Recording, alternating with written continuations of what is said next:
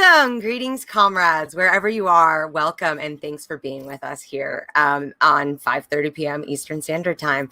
Thanks for being with us. I am one of your co-hosts, Liv Romano. We got Jay here with you. We got a bunch of new faces, so I'm just going to have everyone go around and introduce themselves. Joseph, you want to start? Sure. Thanks so much for having me. So my name is Joseph. I live in New York City. I have thought of myself as a leftist for a number of years. I think like a lot of people around 2015, kind of understanding that, you know, what I thought was the left, what people had called it, was really just the center. And there was kind of this huge ocean to go left where really I think pretty much all of the correct policy positions are that are good for everyone. So I won't talk too much about my background. I guess I'll just finish by saying that I'm a writer. That's what I do full time. That's the simple way to put it anyway. And I want to be an author, and I want to kind of subtly weave my leftist ideas into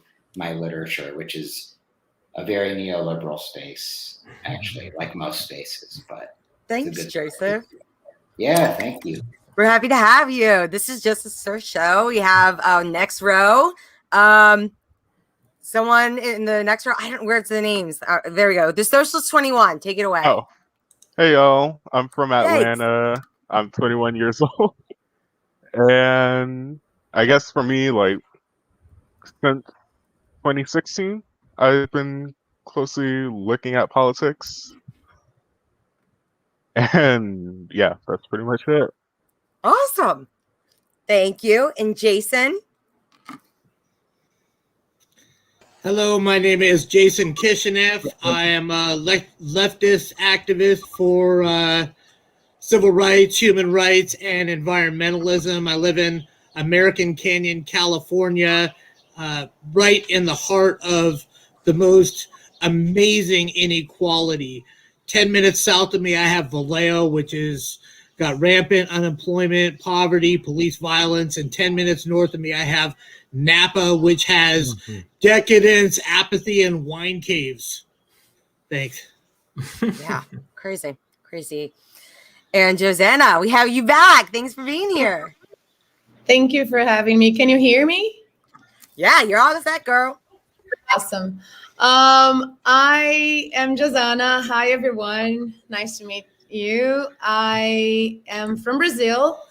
I am an immigrant, an activist. I'm living in New York, and I am so on fire that I would like to make my presentation very short so we can jump right into the conversation. Love it. And last two, we have Bubble. Why don't you introduce yourself?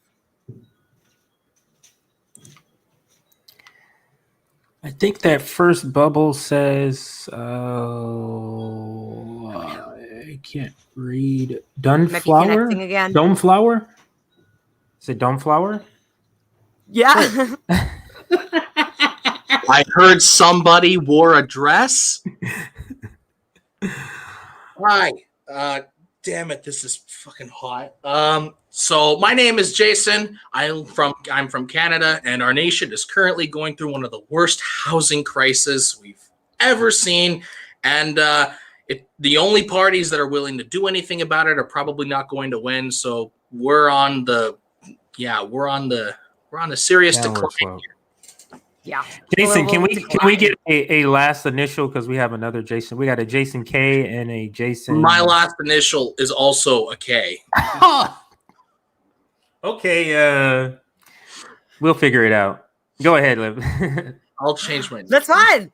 And we have another co-host who's with our guest co-host today. They will be joining us shortly.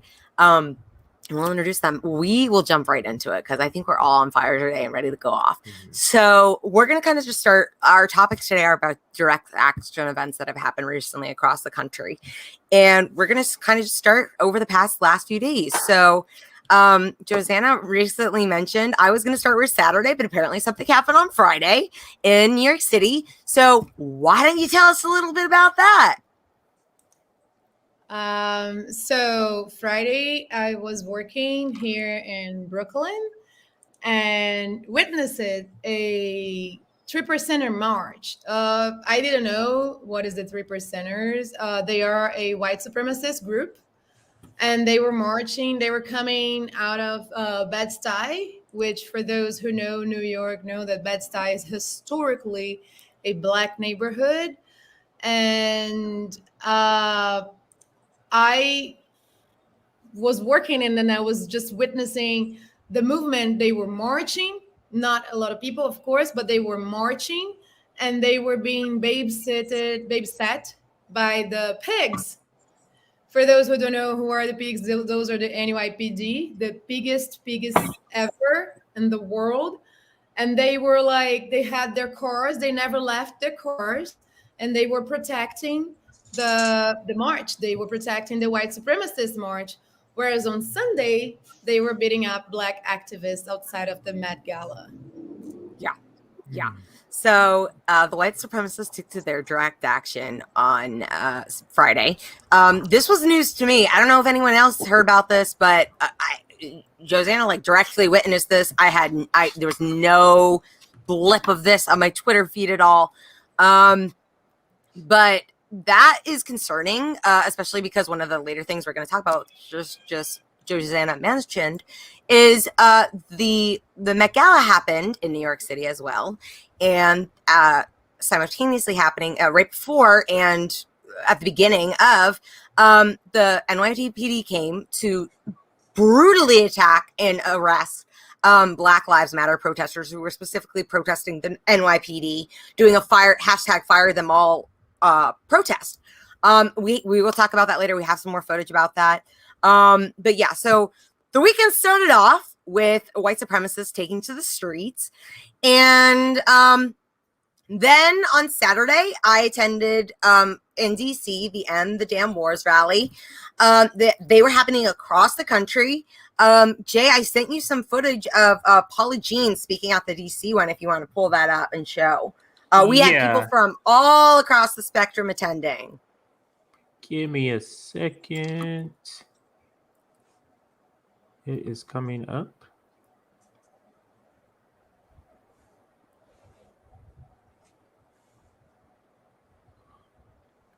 Sorry, the internet's moving a Take your little time. slow here. Yeah, my internet's been slow too. I have also a ton of tabs open. Wait, you said the Paula Jean? You said you have a Paula Jean? Paula Jean speaking at the Damn Wars rally. Gotcha. Okay, let me see. I DM'd you. Right. Yeah. I'm looking at the different ones. I see the code pink. I see, not that one. All right. I think I have it here. Yay. Sure. I have a lot of tabs up, so it is moving kind of slower than normal.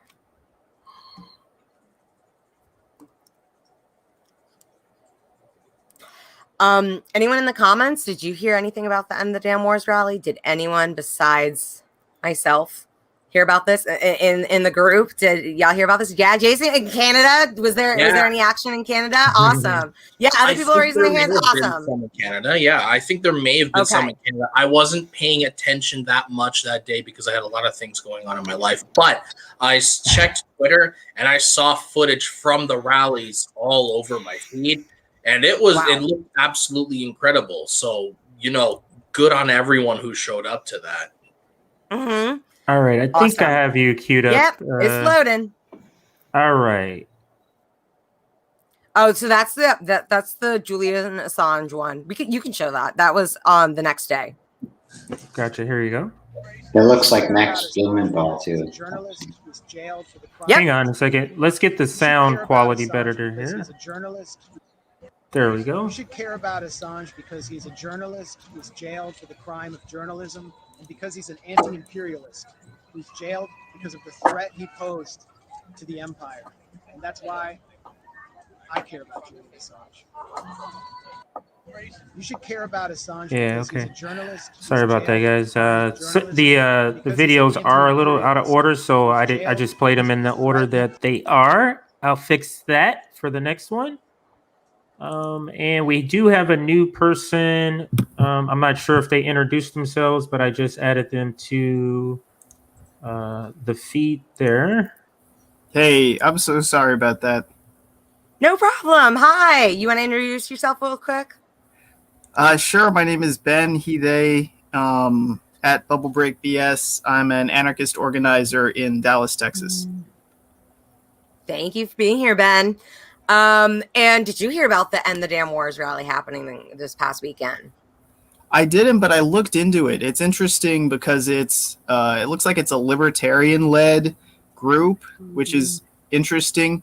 I actually used to be on the board for the Libertarian Party of Texas. I think a lot of people, as they move left, they go through that transitional period. I think as long as libertarians are pro-LGBT, or anti-war and all those things, I think they can be allies in those issues. There's kind of the right libertarians, which are like the constitutionalists, and the left libertarians, which are like the pride flag libertarians. Yeah, it was a huge movement. I mean, we had libertarians who spoke at the DC rally, but we had, all different political spectrum individuals speaking, because it was all, rallying around this one concept of anti-war and ending the damn wars. So you were able to, this is Paula Jean there speaking. All right, here is Paula. When I go to my neighbor's homes, if one of us are hungry, we feed each other. We help each other. If I ask my neighbor for a wrench, he doesn't ask me if I'm a Democrat or a Republican. He comes over and helps me. I run for Congress. I know how corrupt it is. And we have to get dark money out of politics, but we have to quit being divided. One thing that we have been placated to is propaganda. They spend a lot of money to divide us, because if they can divide us, they can conquer us. We need to stand up now and not only fight for now, but fight for future generations. Fight for our children and grandchildren. They are allowed to kill our children in the streets in America. They're allowed to poison their children. I worry every day, not only now that I used to worry my children would get cancer, now I have to worry about my grandson getting cancer because of his zip code. When we talk about our veterans, they don't have. You can end it there, Jay. So, Paula Jean ran for Congress as a Democrat. She was in a movie you can see on Netflix called Knock Down the House, which also featured AOC. And she left the Democratic Party after realizing how absolutely corrupt it is, and joined the People's Party.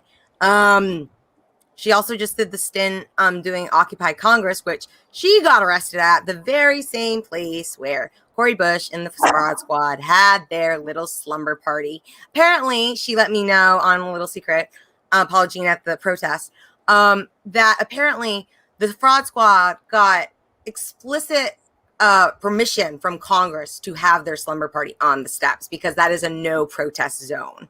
So, yeah. All y'all who really thought it was a really big slap in the face, the establishment. Oh no, the establishment okayed that, honey. What's the point? Why even call it a protest if it's okayed by the government that you're supposedly protesting? That's not a protest. That's a stunt. That's a state-sponsored stunt. No surprise here. And that's the question that we should be asking ourselves. Everybody, we're watching this travesty, right? Why is it okay for them to do this theater? And why are they doing this theater for so long? And I am sitting here and waking up in the morning and going to work. Why am I not taking to the streets and changing the situation? Because today I saw a video, I think Rome posted it. They were all dancing on the steps. And I was like, this is them dancing and laughing over our graves. Because they don't give a damn. They don't give a damn. And if we're still letting them go like that, we are just gonna be. I was telling before we started the show, I was saying like, they know we know, they know we know, they know we are waking up, but they're still doing, because now they will do it on our faces under the threat of, if we try to go against them, they're gonna throw the military on us. But guess what? I am ready. I am ready to respond violence with violence. And I have to ask all of you, comrades, are you ready? Because it's war. It's class war. The way Well, remember, you cannot wait for the next election and think that the election is going to change anything. Because I was ready. I was ready from the very beginning. I am fully with you. And let's remember, because I have seen some tweets. Like I saw, I think it's Gay Unemployed Waiter I follow on Twitter, who said like, we all know what we have to do. Y'all are afraid, and it's like the revolution is here. Like we know what we have to do, but like sacrifices have to be made. Like we got to do this. We got to go in full force. And I was gonna just say something to you, Josanna. I was just gonna say something else about what you're saying. Shoot, what were you just saying before? That we need to be ready to not fear and to respond with violence. I was going to say, it's not violence to meet violence with violence. That's self-defense. That's reactionary. That is not violence. The system is violent. I am self-defending myself to the system. Right. That's what I had to say. Well, there's one thing we need to remember with this, right? Because yes, while it's totally important to respond to violence with, defensive violence, I get that. Essentially, signature. Oh shit! 1 second, guys. Sorry. Take your time. While he goes for 1 second, go ahead. I just want to add one thing. I think that we have nowhere else to go right now. And I am speaking from a place of someone that has been abused by the empire, aka USA, for a long time. We down south organized already. We are fighting you guys for a long time. And we are fighting for survival. People die out of starvation so people here can buy stuff. And that's the rest of the world, guys. You gotta jump in the wagon. We need you, American people, to jump in the wagon of change. And change is putting hands-on change. And to add, no worries. And to add to that, like, electoralism is not gonna save us all. Nope. And recently, I'm not sure if y'all have heard of Cop City here in Atlanta, despite a majority of us saying we don't want Cop City. 68, like it costs $90 million and it's gonna cut down parts of an Atlanta forest just to build a police center that's like, I think around 85 NFL fields, bigger than 85 NFL fields combined. And also beef up the APD with a lot more money than NYPD and LAPD combined. Mm-hmm. And it's just like, we were calling our city council members, like, we do not want Cop City to be passed. And yet, what did they do? In an 11-3 vote, they passed Cop City. Like, can you explain to everybody who's not from that area, what is Cop City? Explain to our audience. So it's a training facility for cops. Like, there's funding. Well, not really. Well, yeah, funding. Basically, what it does is it's training cops for, like, it has like an urban center to practice urban warfare, like an exact cutout of Atlanta, and it's to boost morale or something around those lines. So this is like an area that is designed to resemble or be identical to the area so they can practice policing there. I'm loosely calling this policing, but I think and you said they call it what? Urban what? What was the name? Urban warfare. Go ahead. Whoever was speaking, go ahead. I wanted to say I've been reading about Cop City. I think that's so tied to what Josanna's talking about. they're building up to repression here. We're sort of allowed to organize and allowed to exist publicly for the past few years. A lot of our organizations are only a few years old, but they're building up to repression. They're building up police funding, police urban warfare training. And to what Josiane is saying, I can't agree more. You have to organize into groups and you have to train. You have to go out there and learn how to do self-defense, unarmed, armed, organized. And that, that's your right. That's right. The right does that kind of thing all the time. That's something I try to focus on down here, but we got to watch for the repression. Another thing is we were talking about in the commentator group is they're cracking down on mutual aid. They're going to start taxing donations. I saw that today. Down these networks that we built of mutual aid, helping each other and strengthening our own communities. And didn't they dropped it from about 10, 20,000 where they would actually look at you to like $600, I believe. Yep. And that just passed today with Biden, right? Biden just signed that?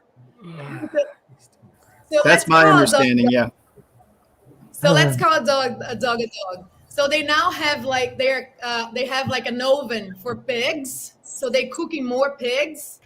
And then pigs training. I'm pretty sure that the people that are going to die, they will look awfully like me, Jay, and Socialist 21. We are on the line to go to the pig training camp, right? Meanwhile, there are concentration camp for migrating children, right?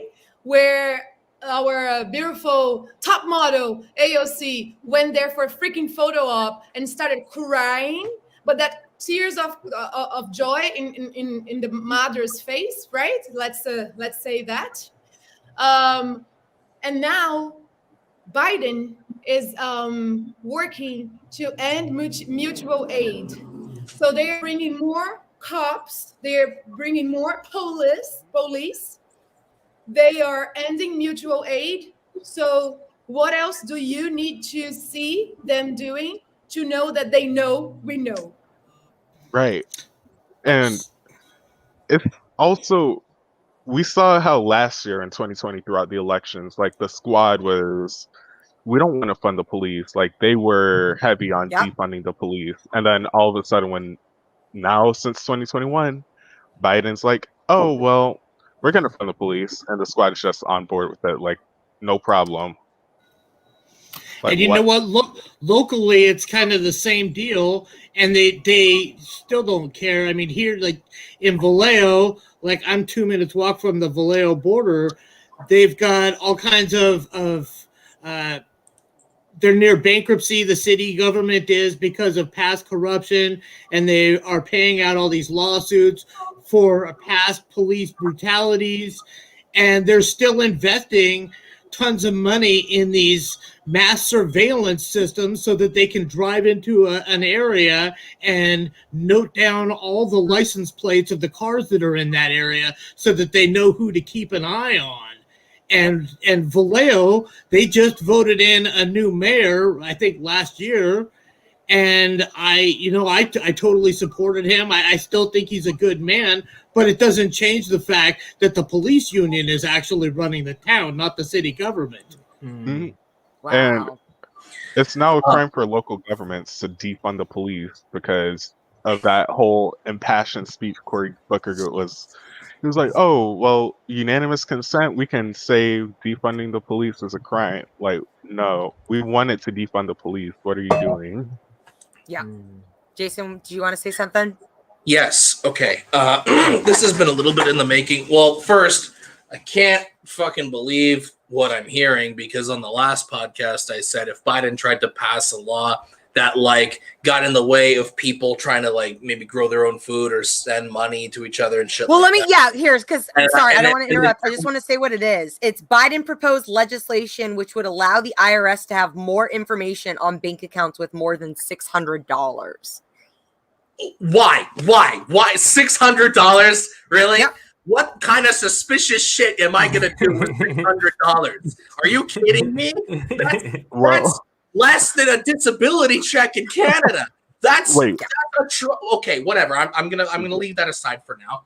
But essentially, Now, when obviously emotions are very, very, very high because of all of this horrible, horrible shit. Now, when we all talk about why aren't we hitting the streets, I need to know one of two things before I go on to my next point.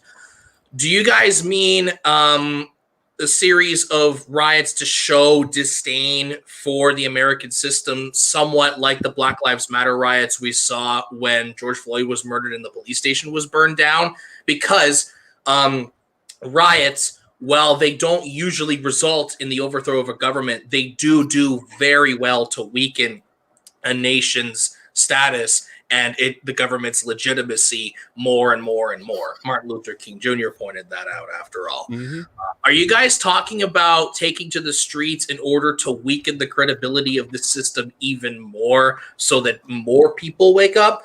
Or are you guys talking about a riot that would overthrow the government? Because if it's the latter, then I have some other things I want to touch on. I feel like we're so at the rock question. bottom. So let me say the question in a different way. So what exactly is everyone? What does your direct action look like? What is your ultimate direct action? So for example, overthrowing a government will be an ultimate direct action. So what is your ultimate goal in achieving your direct action? So I guess Josanna, that's sort of the question in a little bit. And then if I missed anything, you're still answering his question, but I wanted to just kind of lay it out a different way. So go ahead, whoever wanted to speak. My goal is to overthrow the government and change the system that's not working anymore. It's clear that doesn't. I mean, wait, it works perfectly for the way that was designed, right? Yeah. So we are going to enslave and serve so they can have fun. So my ultimate goal is that, and they should look into me. I'm joking. I think the direct actions you asked about going to the streets, I believe in education. And I think there is a bunch of people, and I've been taking to space on Twitter. And I think there is space for discussion, and I have a huge interest in them because we have a bunch of people that are talking there and asking questions, because we would need numbers. We would need numbers to change. So I believe in going back to the basis and educating. And I'm trying to build a base to go to the streets here in New York with aid for people that are living in the streets, because there is a huge amount of people. There's going to be more. 40 million people are about to be evicted. So go and have, not help, but exchange with those people and have conversations and build up groups for education. So then we have the numbers and we can take over. I have a follow-up question before we move to the next person for you. Do you believe each continent, if we're talking about an international movement, will have the same strategy to achieve the same goal? So let's say whatever the goal is to seize the means of operation, do you believe that the North American continent has the same strategy as the African continent, as the each continent? Do you believe, do the economic systems in each country has anything will change any part of the strategy, is basically what I'm saying. I'm gonna try to respond from what I could pick from and understand from the question.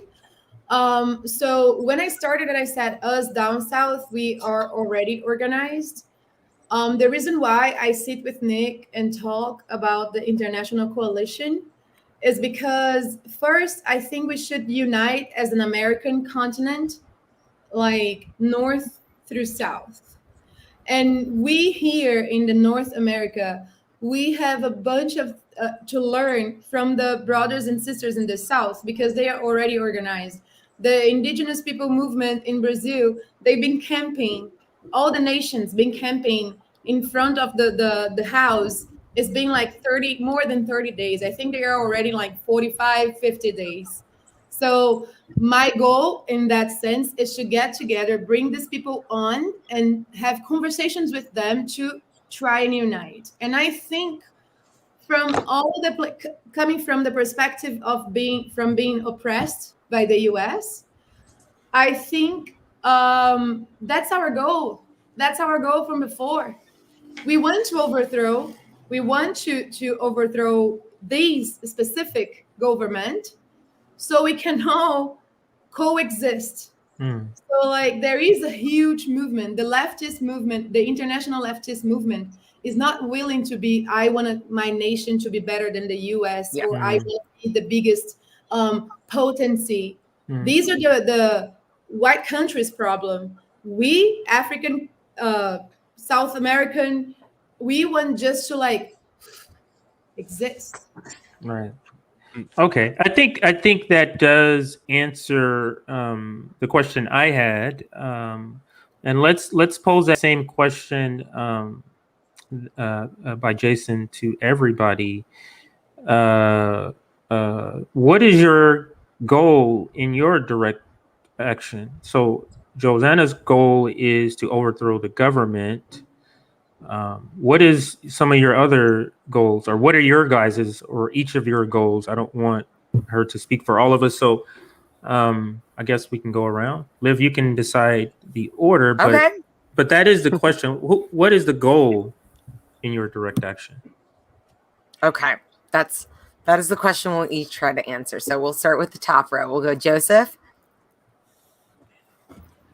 So for me, there are two goals, and they're linked. I mean, they both, help each other succeed.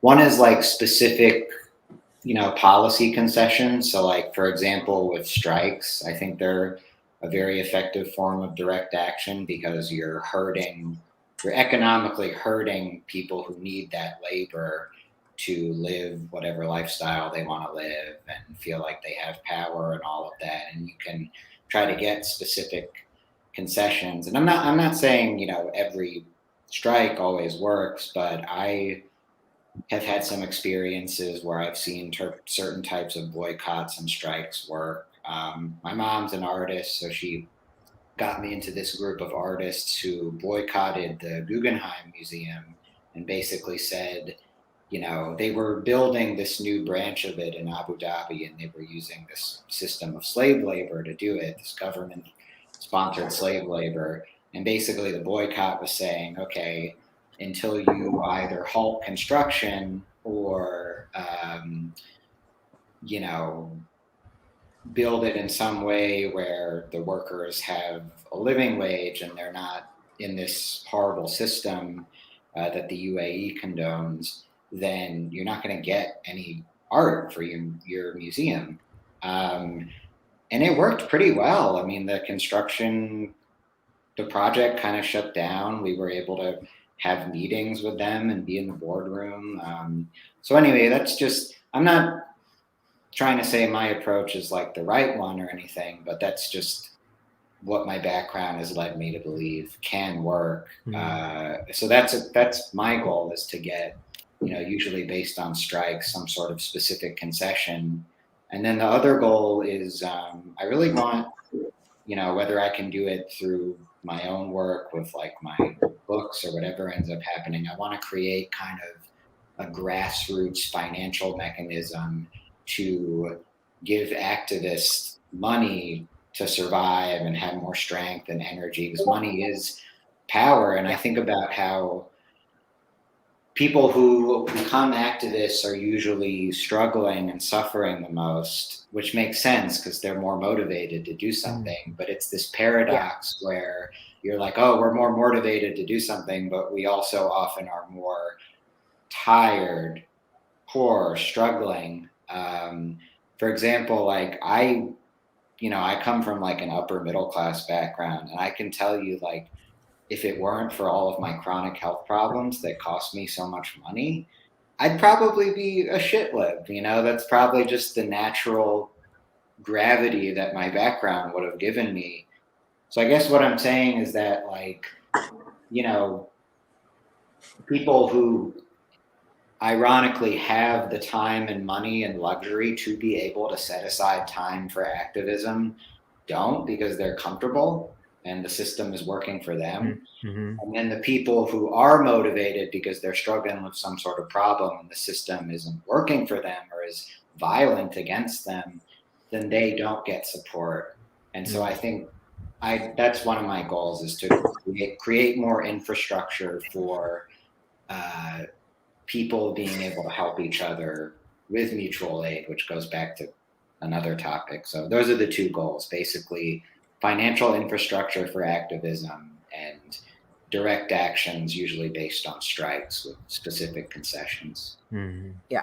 So Jason, you heard two different things. Yeah. So you heard demands, his will be centered around demands, hers is centered around just eliminating the government or overthrowing them. So what did you want to say now based on those two answers? Well, I wasn't centered around something specific. I just wanted to know what exactly we were talking about here with direct action. And okay, look, I care about you guys. You guys are great.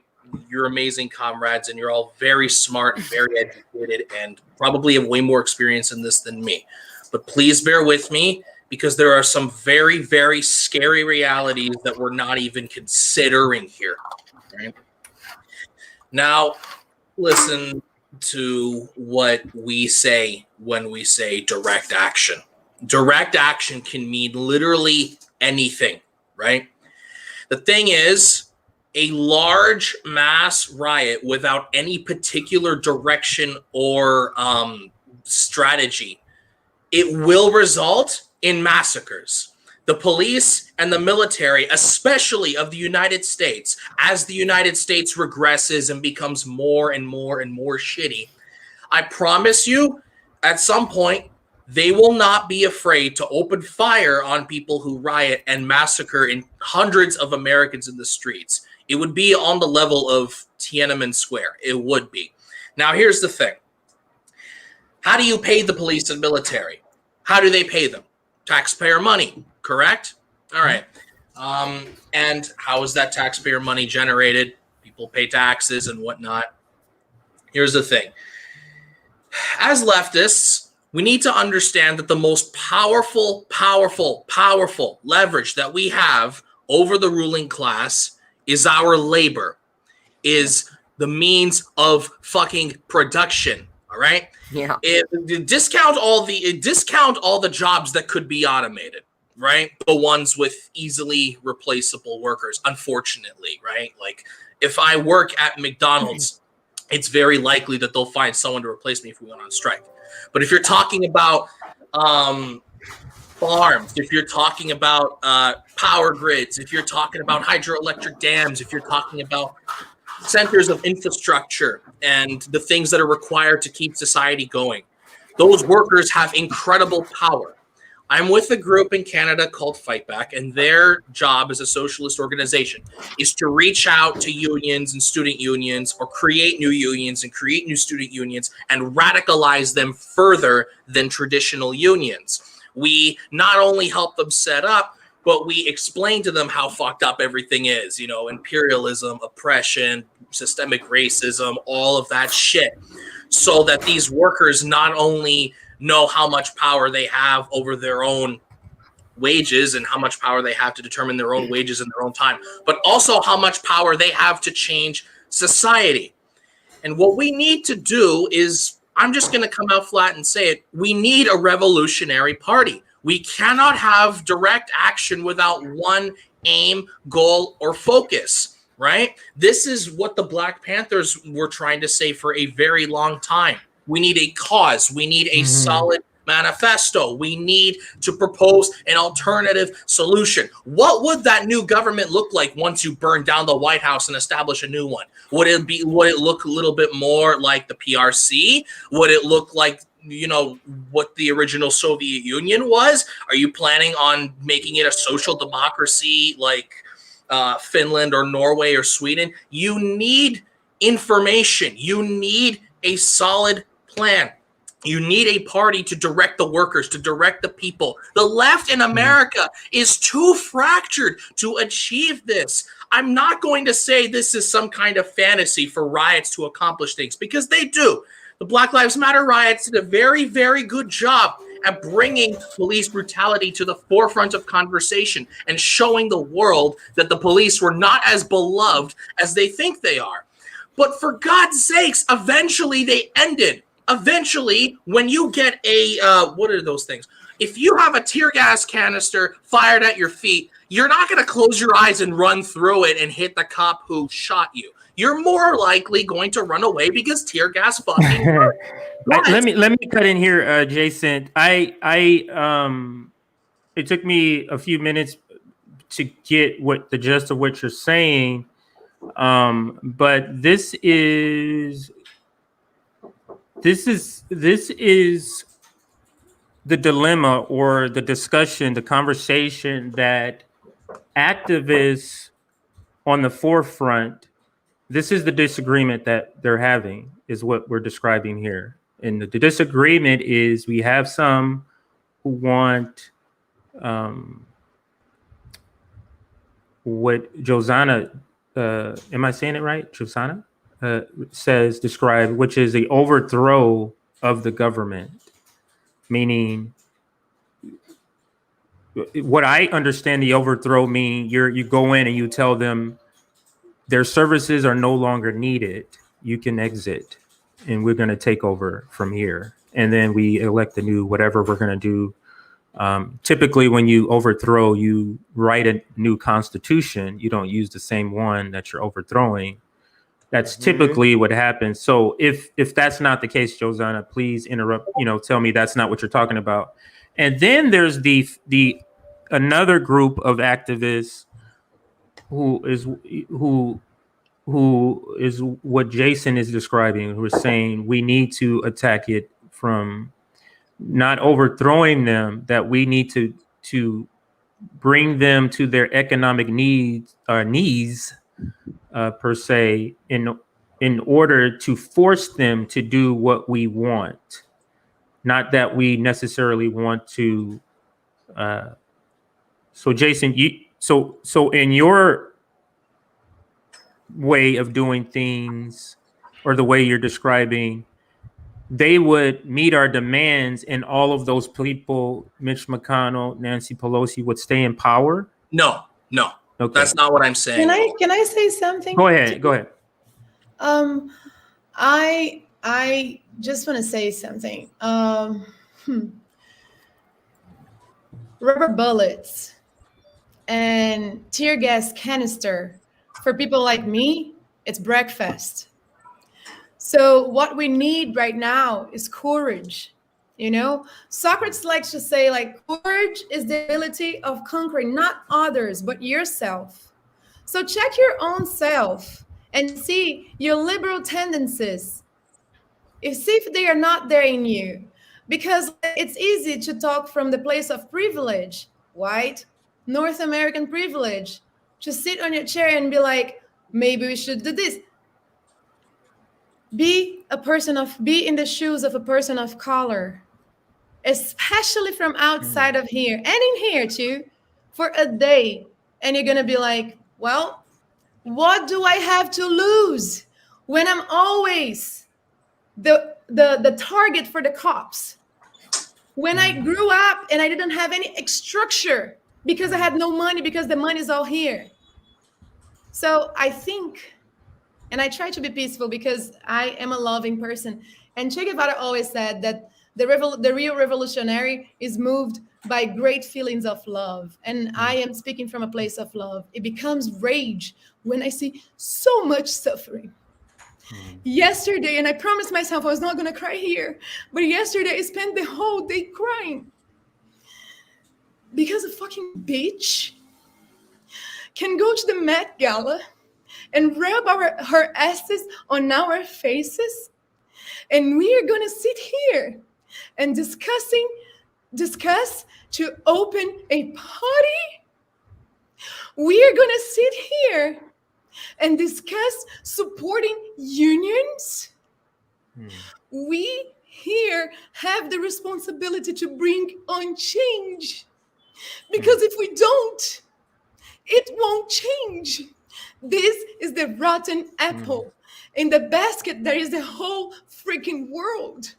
Enough. And I said the last week, whenever you, as an American person, are fighting to bring on change, you are the real hero because you are fighting for the whole world. I don't understand Josanna, how kids I don't. in cages and like kids being killed by your bombs do not move your asses to the streets every single day. That's why I'm saying like the indigenous people are camping. And you're talking about massacre. Try to stop paying taxes, and you're gonna see the real massacre. So, what you're describing, like I said, what the two of you are describing, and I don't think you're talking directly to each other, but you're talking about a side.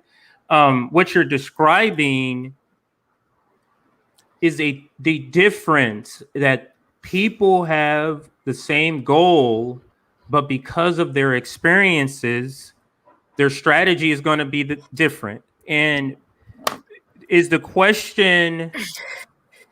next question, is it possible that we could be on the same side fighting the same war, of course, and be effective, and be effective using different strategies? That's the real question. Can you get what I'm saying? Like, I get what you're saying, Jay, but can we be effective? Like, is there enough numbers for people who want to do it the planning out way to do it that way without the people who don't want to do it that way? You get what I'm saying? Both strategies require the other side who don't want to do it that way. So what do we do? Both strategies. I understand, Jay, but like, we have to see that. That's why I started when you ask what is your goal and what's your direct action, and that's what I said, that education is the direct action. I'm not inviting people to put their lives on the line right now, but I'm just letting them know that there will be a moment that it will physically hurt. But like the comrade above me here, he said about creating. Jason, he said like about creating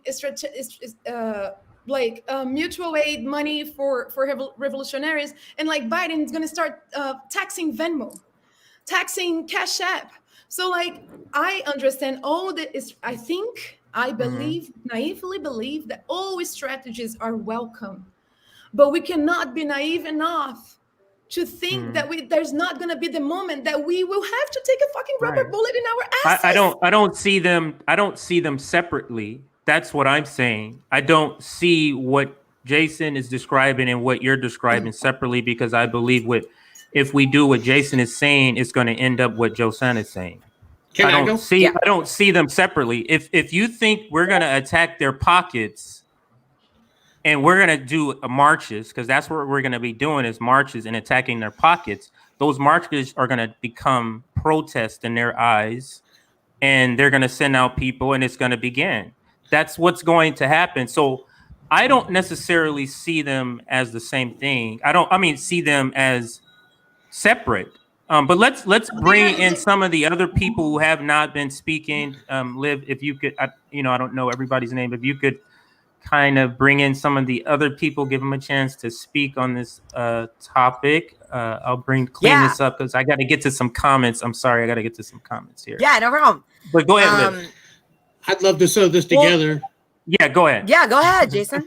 Yeah, so right before COVID happened, the French people were out having their Gilets jaunes protests for more than a year. Every Friday, they were bringing the French economy to its knees.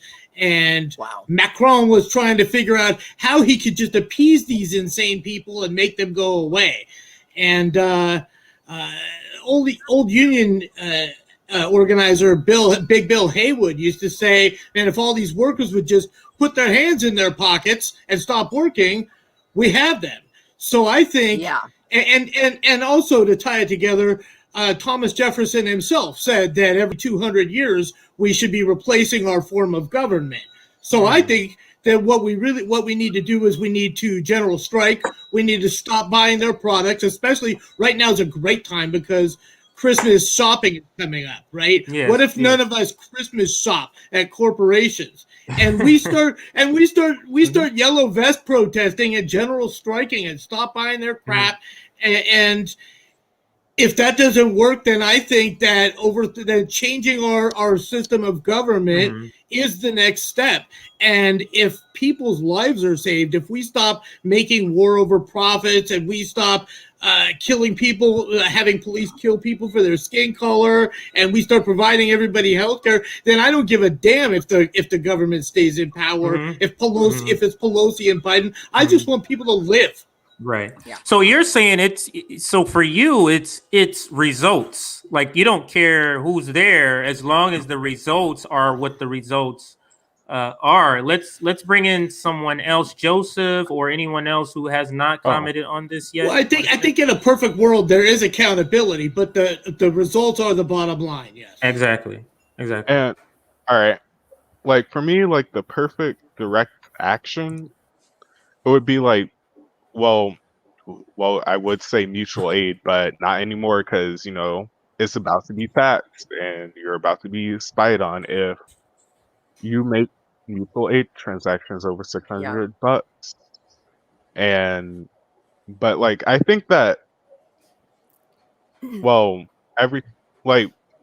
conditions right now are pretty bad where it would like, if you could convince enough people, like in the restaurant industry, we're seeing how business owners are like, please help us. No one wants to work, trying to gaslight us about making more on unemployment than we do working. Like, if that were the case, like, we still need to be working in order to collect unemployment. And like, if we lose our job, if we just voluntarily quit, we just lose our unemployment benefits. And my state and a bunch of other states were cutting unemployment benefits left and right from people. I know my state tried to do an employee, like the web weekly employment searches. Like the restaurant. What state are you in? What state are you Georgia. in again? I'm sorry, say again. Georgia. Oh, Georgia. Wow. So you're in Georgia. You had the special. I'm sorry, Georgia just sparked the special election. So you had the special election. Raphael Warnock. What were people saying about that election? Like, were they saying, "Hey, if we vote for Joe Biden, we're going to get this money," and that's why they voted for him? Or like, what were you hearing on the ground? What were you hearing your friends and everything say? Everyone in Georgia, like the reason I say this in particular with Ossoff because I'm like we saw with the general before the runoff. If David Perdue got 50%, he would have lost. Right. And we have a pretty bad history of voter suppression too here. And the only reason why I think both of them won was $2,000 checks immediately out the door, which somehow became $1,400 in March or April. Like what? Right. And even Warnock. Right. For me, I didn't understand, like, when did Democrats and Republicans started using the other party's contribution as part of what they count? Like $2,000 plus, but $600 came up from the Republicans. Like I've never heard that before. But I digress. Let's get back to the conversation. Joseph, did you want to say anything? Or I'm sorry, you did say your thing. Liv, the host or the MC. Let's hear what you have to say about what do you want to do with direct action? What is your ultimate goal? What do you think about this whole conversation? Yeah, I love listening to everyone's point of view because I feel like I feel like I can relate with everything. So, because what I want is systemic change, and I don't think that's going to come willingly. I think that does involve overthrowing the government because I don't think they're going to meet our demands. But those demands are going to be met with a general strike in mutual aid, which is funded with mutual aid. Both need to be working together. I am terrified to take to the streets. I'll be real honest. I am absolutely terrified with not only already the militarized police force, but now making it legal in certain states to run protesters over with your car. Like, I do not think it's safe. My best thing for us right now, and now we have the homelessness crisis getting perpetuated because of the eviction moratorium expiring, thanks Supreme Court and Democrats. What I think our best bet right now is, and what people have mentioned, our biggest form of control is our labor. So fuck work. We're already seeing these demands being made with people quitting jobs left and right. We're seeing all these people saying, please work for us, please work for us. And we're saying, fuck you, pay us more. Give us health care. Give us our $2,000 checks. No, fuck all that shit. We want systemic change. We're not dealing with this capitalist system anymore. We're not dealing with white supremacy-based capitalism and imperialism anymore. We don't want any of it. We don't want bombs going off in other countries. We don't want our way out of a war, out of Afghanistan, out of a 20-year war to end with a drone strike killing an aid worker and 7 fucking kids. That is not justice. That is not peace. That is not how we end a war. That is not what we want anymore. So, again, systemic change, which we need to come with by using our means of force, which is our labor, which means do not work. Control your means of labor. Do not work. Make your fucking demands. And we have a general strike coming up starting October 15th. Guys, that's right around the corner. Like, let's go. And let's start working on this mutual aid, because it's not going to happen. Spy on me. I don't give a fuck. Tax me. Like, let's go. I'm not going to stop giving. And that doesn't mean I'm going to stop making it work and trying to fight you.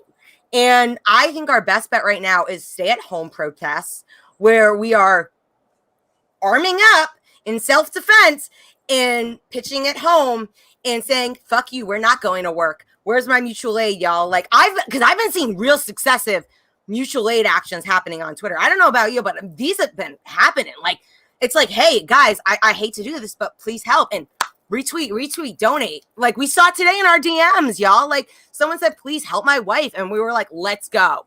Like, this is how the change is happening. Mm-hmm. And this is how we see the revolution happen. Like, our lives are already on the line. People are already fucking dying. I already have this conversation with a friend. He's like, well, I don't see how there's a bloodless revolution. Honey, people are already fucking dying.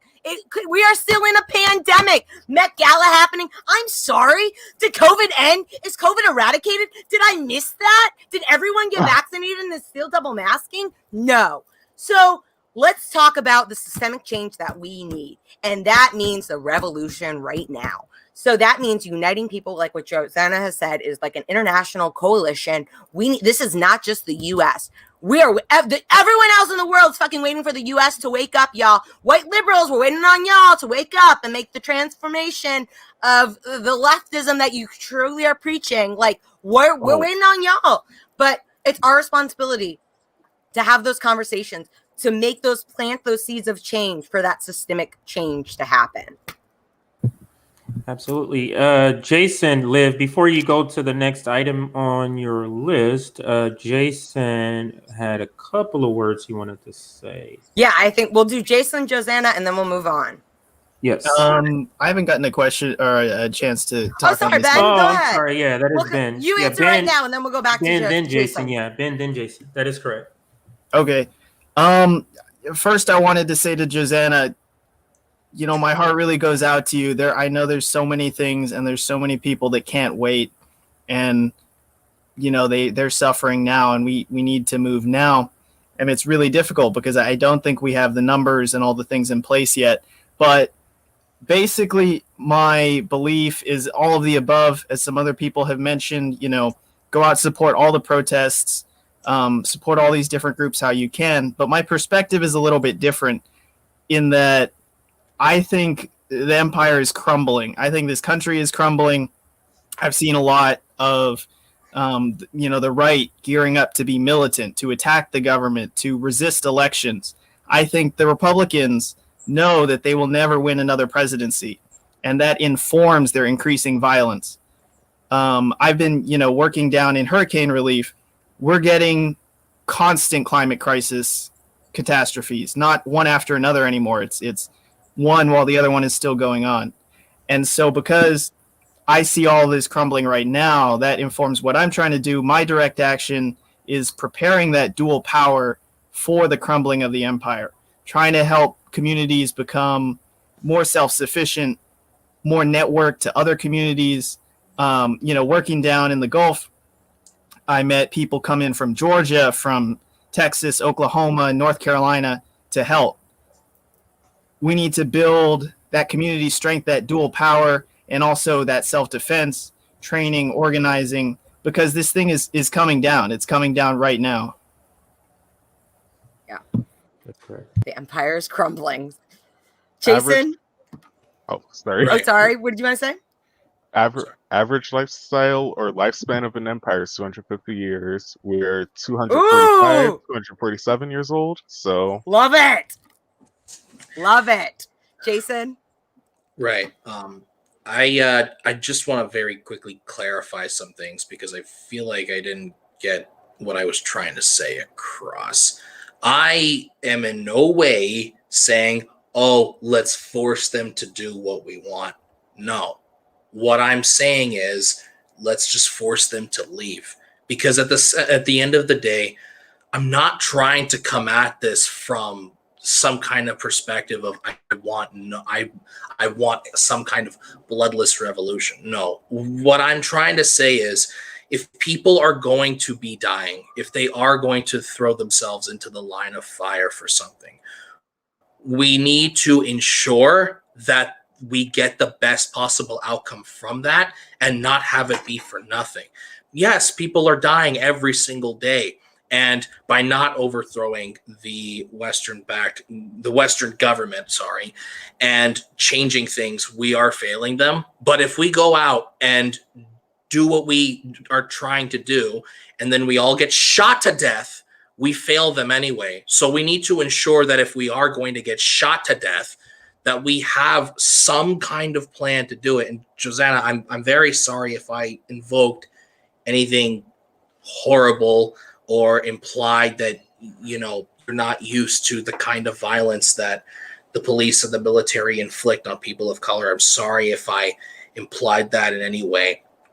But I'm not suggesting some kind of very, rich party that just, wins elections. I'm not talking about a party that wins elections. I'm talking about a party that people can unite around, that people could look to for guidance and advice. The Bolsheviks in Russia during the 1917 revolution, they had been around for a very long time in Russia. They didn't just show up out of nowhere. And in the parts of Russian history, they were criminalized as well.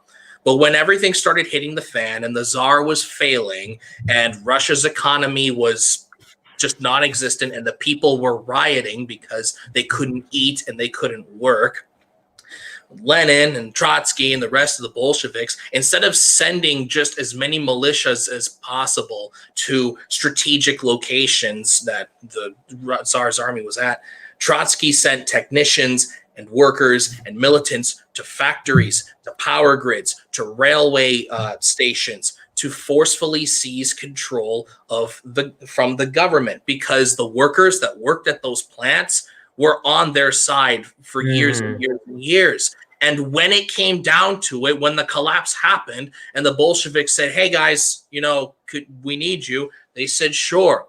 And at the end of the day, we're revolutionaries. We're the ones who know exactly what our countries need the most because we love and care about them so much, especially the people who are the most oppressed, people like you, Josanna. And I don't want you dead, because if you die, then what happens to everyone else who depend on us? That's not your choice. That's not your choice. That's not your choice. That's not for you to choose. That's not for you to choose.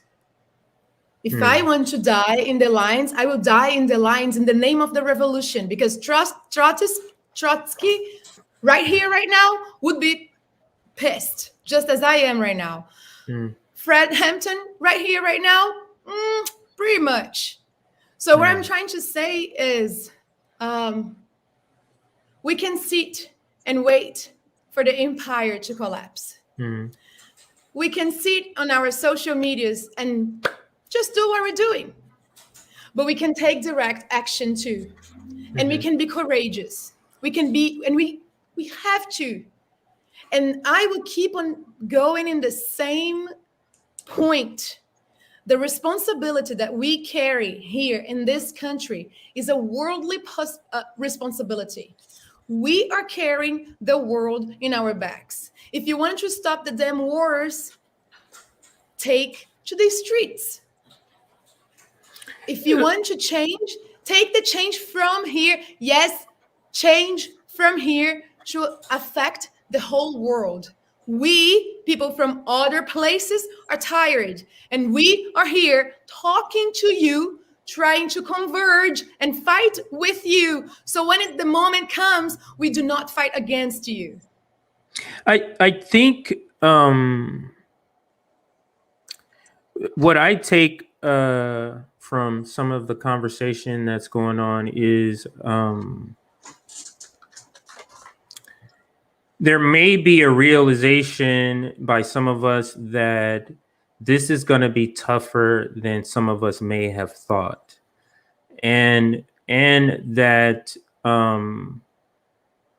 there will be bloodshed if this is a real revolution, if this is a real thing that we're going to be doing to take back, our freedoms, to take back our way of life, or to improve, maybe not take back, but to improve our way of life. I just think that, but I do think it's coming. I do think it's coming. Maybe not enough people have felt the economic pain. Maybe not enough people have felt the police brutality, enough numbers, that we need. But I do think it's coming. We can see the police state preparing for this. The people in power understand that this is not sustainable. They understand that the masses are not going to take this for long. That's why they're building up the military state. That's why the local police look like a military, because they know eventually we're going to say, we're done, people. This is it. We're done. And we're going to come, or the people will come after them and say, it's time for you guys to go.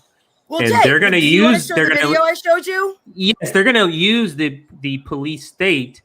Yes, they're already doing it. So let's show that happening. Video. Just right before, just to remember that the Black Lives Matter movement marches, they watered down. They stopped as soon as Biden stepped to power. I just want to say that. Leave it there. Let's work our critical thinking. Are we talking about the eviction video that shows the police? Attendees video. Yep. Okay. The US Marshals. Yep. Yeah. This is just ridiculous. Yeah. Because, like I said, ridiculous. Go ahead. Everyone has a role to play in the revolution. Because, Josanna, I totally hear what you're saying, and I'm seeing some of the comments. Like, everyone has a role to play in the revolution. I'm willing to put my life on the line, but I feel like right now my role can best be served educating others, having conversations with others, and helping spread the word of the revolution that some people don't even know is happening right now. And I'm no good if I am dead. And because I am willing to go out onto the streets, but they are making it legal to kill me, kill anyone, which they've already been doing to people of color for legalizing that with police brutality for centuries. But now they're making it plain legal to kill anybody. And that needs to be a wake-up call for everyone to be like, they do not give a fuck about us. So when I'm saying, stay at home and don't work, all they give a fuck about is our work, because that's all we do. These are whole military people posted in our neighborhoods and shit, bro. Yeah. Sorry about that. Oh, okay. I do have the video queued up whenever you're ready.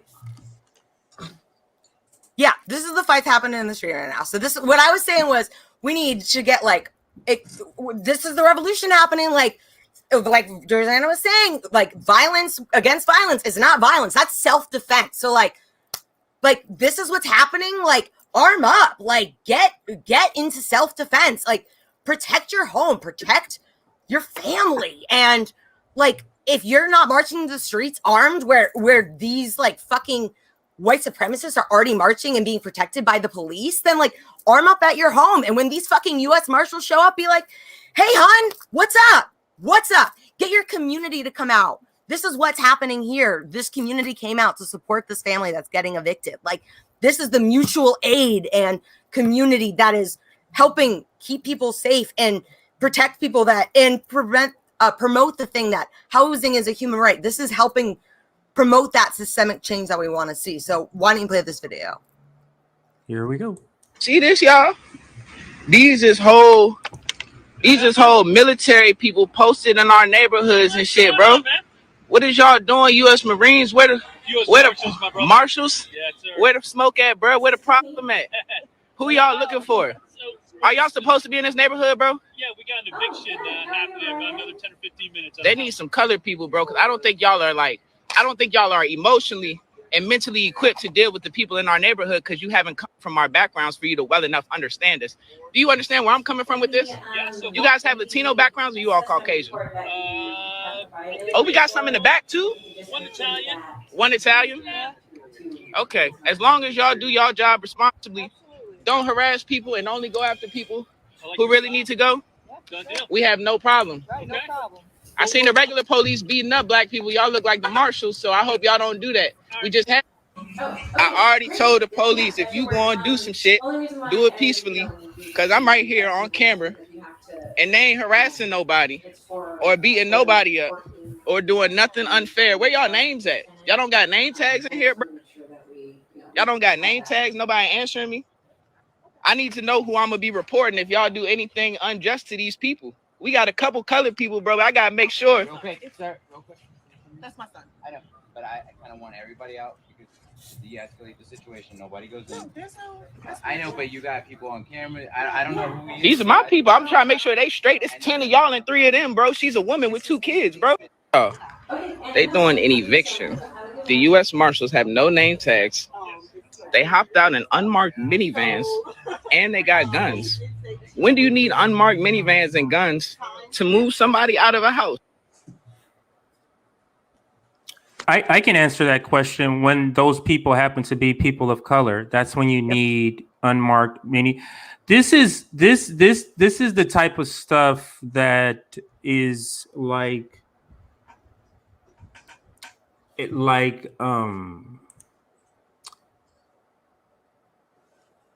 makes me see red, because they have no business showing up in that gear. Right.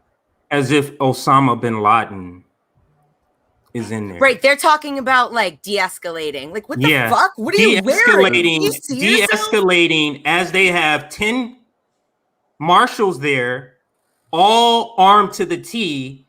That's de-escalation to them. So this type of stuff here, this is how things go wrong.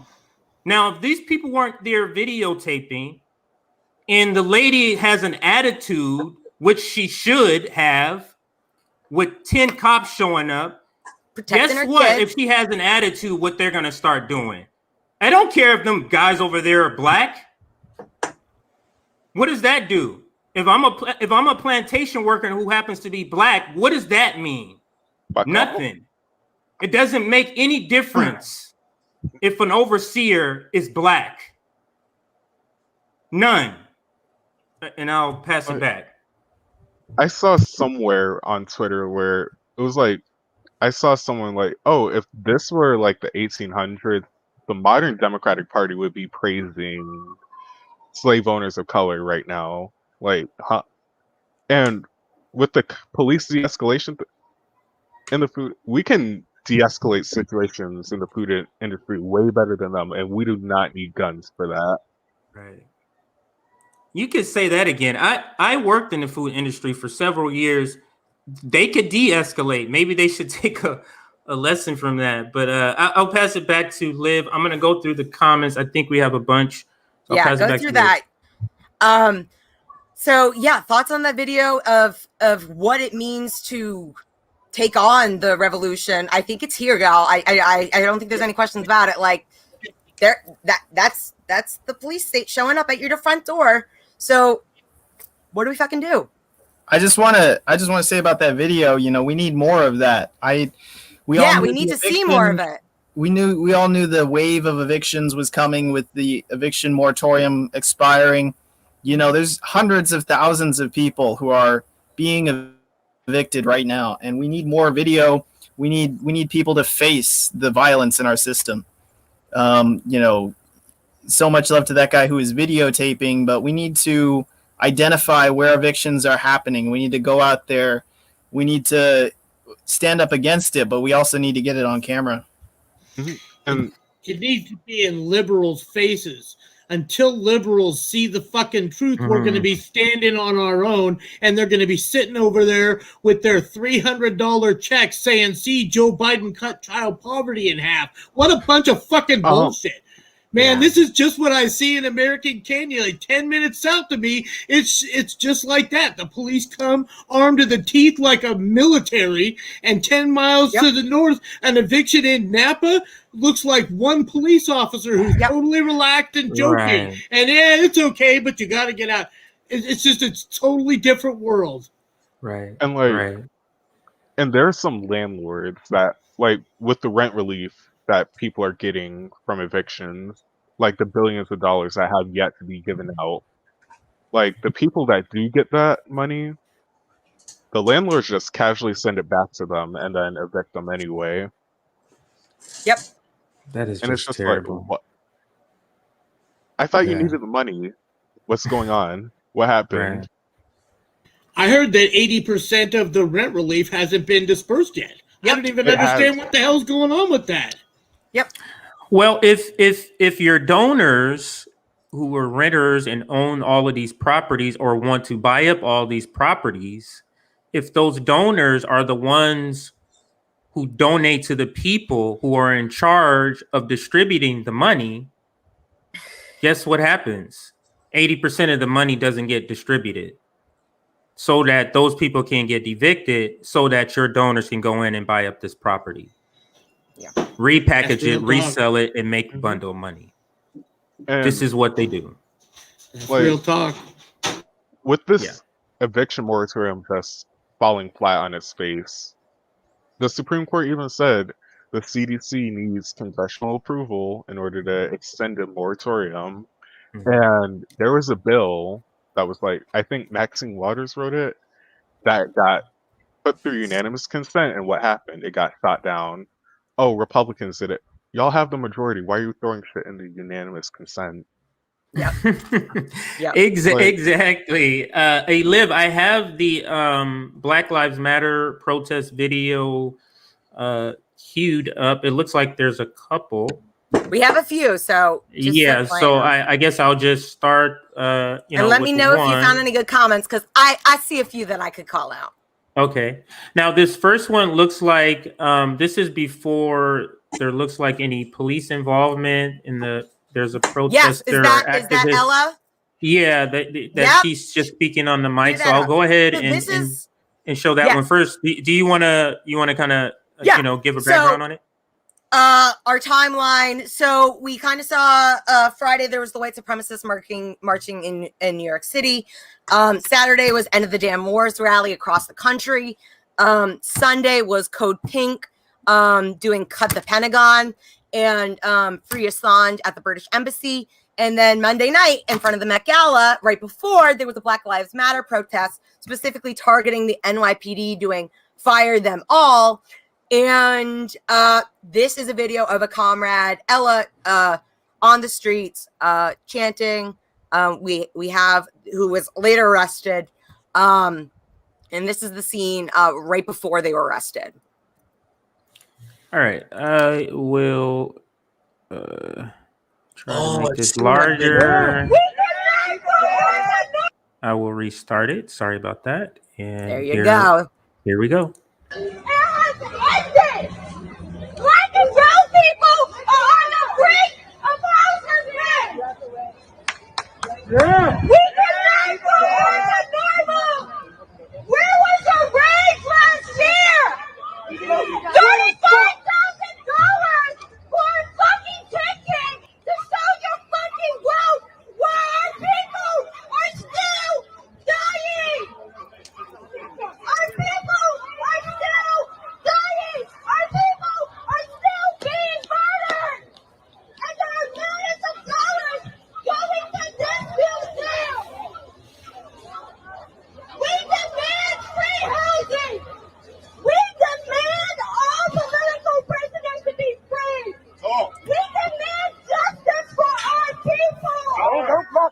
here. What the fuck are you doing, bro?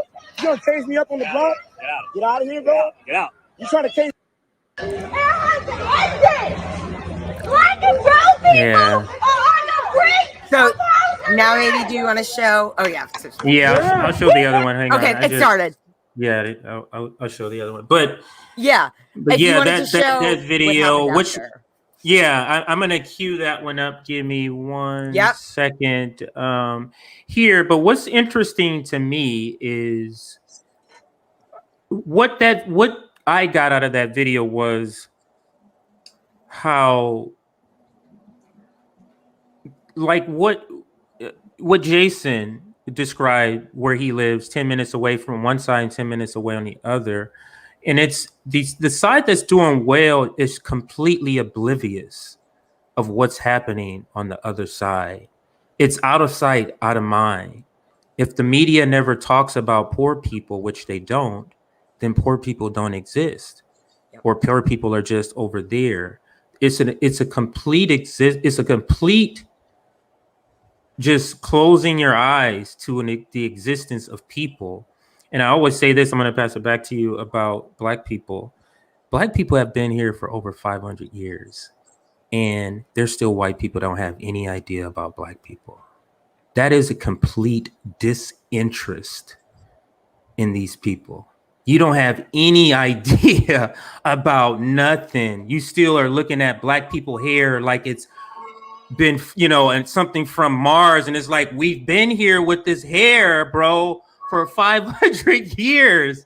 Like, what is it? But the thing is, some of them, they don't actively try not to learn this stuff. It's a bubble. And we kind of talked about this, Liv, earlier. It's a bubble. It doesn't, that information doesn't penetrate their bubble. So, right. Yeah. So these types of things, where this activist is out there and they're showing, they're showing up for this liberal event, Met Gala, right? This might be the first time a lot of them are hearing a lot of this stuff that she's screaming. So I'm basically saying that this is needed. This type of thing is needed because to the untrained eye, you might be thinking she's just a crazy person yelling, but listen to what she's saying. Listen to what she's saying is what I would say. So let me bring up that other video. I'll pass it back to you now. Oh, awesome. Give me about 30 seconds. While CJ is bringing up the next video, I would like to bring on something. So we saw what happened to the people that did that protest, right? So you have a full-on spectacle show of white people watching Black people being beaten up by the cops. And when you see that, check in on yourselves, people in the comments, white people here in the panel. How does that move inside you? Can you still think that peacefully we are going to change anything? Can you still think that doing the conversations with the cops and with the government, we're going to get the results? I don't think so. And I think one thing as an observer, because I pay taxes, I cannot vote. I actually do not believe in voting. I'm an outsider, I have a green card. But I do see as an observer, as an outsider, because that's what a foreigner is in this country, an outsider, in this very xenophobian country. What I see is that there is a lack of empathy. Americans, as fully people, need to exercise the empathy muscle, because you need to be able to be in someone else's shoes.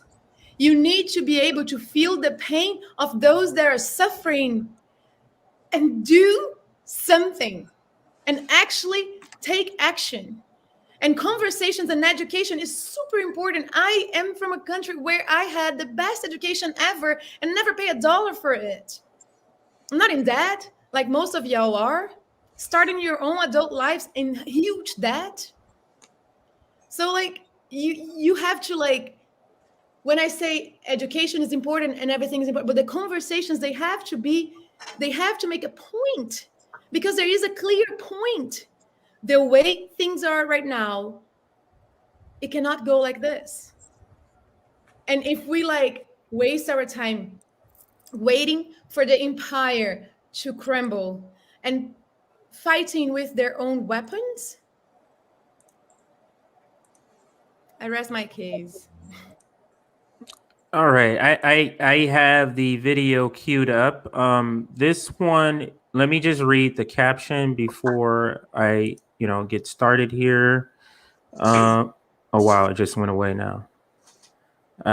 Anyway, let me play the video, then I'll read the caption afterwards. So here is the video. Now, this is basically after things got crazy at the protest of BLM. The Met Gala started. Right. That's what happened. Since you have used to leave the roadway, you will be placed under arrest on a charge of disorderly conduct. If you do not cooperate and accompany the arrest, since you have used to leave the roadway, you will be placed under arrest. Are they supposed to be cops or robots? Used to leave the roadway, you will be placed under arrest on a charge of disorderly conduct. If you do not cooperate and accompany the arrest, since you have used to leave the roadway, you will be placed under arrest. I mean, that's just ridiculous, and that's just a short snippet. Like, what was disorderly conduct about what they were doing? That's what the police state does. They just tell you you're committing disorderly conduct, even if you're not. You're doing this, even though you're clearly are not doing that. Oh, you were speeding. No, I was not speeding. They're just saying you will be charged with disorderly conduct for protesting, which is, I think that's the first right. Isn't it the right to assemble? It is. That's the first. That's the very first one that's being attacked, because they know that's the one that is the strongest thing that will bring about change, in my opinion. I think that's the reason why they attack it so viciously. But Liv, so yeah, that's the video. I'll pass it back to you, Liv. Was there any other videos? Oh, I think I had another tweet showing. Yeah, I can put those up. Actually, I can put those tweets up as you go on. Actually, yeah, I'll do that for you. Absolutely. If I can just comment on that one real quick. That kind of thing makes me so mad, and it just shows, the cops and the supporters of the cops are the people who claim to be in favor of law and order and following the rules, but that just shows there is no law. And actually, if you talk to any lawyer, they'll tell you nothing is legal. You can be arrested for anything. You'll have to spend years fighting it. They just make things up. Mm-hmm. Nothing is legal. Just the only way to be safe, more or less, is to keep your head down. But all this law and order, it's fake. They just do what they want. Absolutely. So this is one of the tweets here. Yeah, it just shows a difference of what. Yeah, because the theme apparently for the Met Gala was like America or American independence. So it shows two outfits, AOC's, of course, dress, and then Cara Delevingne's Peg the Patriarchy outfit. And then, of course, the arrest of Ella in the top right and arrest of another protester in the bottom. Yep. Oh, and then I think I also had a fun fact about the designer of the dress. And in another tweet, and their connection to more so less the establishment. What does this one mean? Peg the patriarchy. I'm sorry. Oh, maybe it went down. I don't know what that means. It dropped down. So never mind. I'll pull up the next one now. You don't know what pegging is? No, I mean, what is this a particular cause is what I'm basically asking about that I'm unaware. Is that like a phrasing for a particular cause or something? No. Okay. It's just basically using kind of like a sexual metaphor of saying like for women to kind of right. No, I get that part. I get that part of it, but I thought maybe it was a play on words, but it was part of some other a slogan or for Kara an just organization came or up with something. it Yeah. her damn self or with her Yeah. designing team or whatever. But I've heard a lot of backlash about that because pegging is a consensual act, and we do not want to peg the patriarchy. We want to fucking Right. obliterate the patriarchy. So do not in this Yeah. is like so there's been some lash on the outfits there, but the designer AOC's dress designer's boyfriend is a son of the funders to the Nixon sex cult, and as well as Jeffrey Epstein as well. So like to show like what the corruption. Yeah, Jay's gonna get the tweet. So to show some of like the corruption, because like remember hashtag Jeffrey Epstein didn't kill himself. Like Ghislaine Maxwell's trial is in November. Like a lot of shit's gonna come out, and like we got to hear this, and like this is part of like the revolution's already happening. Like the empire is crumbling. Like this is the empire's sex trafficking ring that is about to be like completely put on display and on trial. Like we got to be paying attention. Okay, and which one was I looking for now? Liv, which one do you need? It was a tweet about how the sex cult tweet. The sex cult yes tweet? Yes. Okay, perfect. Thank you. All right, so I'll bring that one up for you here. Alrighty. So while you look for the tweet, can I say something about the Jeffrey Epstein and stuff like that? So you know that undocumented people are not counted by the system, right? We are not. I say we because of being undocumented. So where do you think that more than 2,500 children that disappeared from the cages, where do you think they've gone? They are undocumented children. They are being used by y'all's billionaires in their whatever. The sex trafficking ring. Say it. Call them out. Yeah.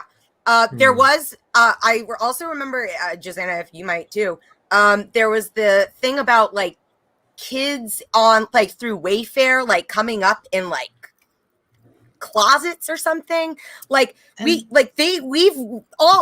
more evidence do we need to see that there is this sex trafficking ring happening? Children are being abused. Children. I don't know what else needs to draw your attention to this. So I'm talking from the views of somebody that before it was public that the cages, the concentration camps existed, this person went there and saw, and they told me.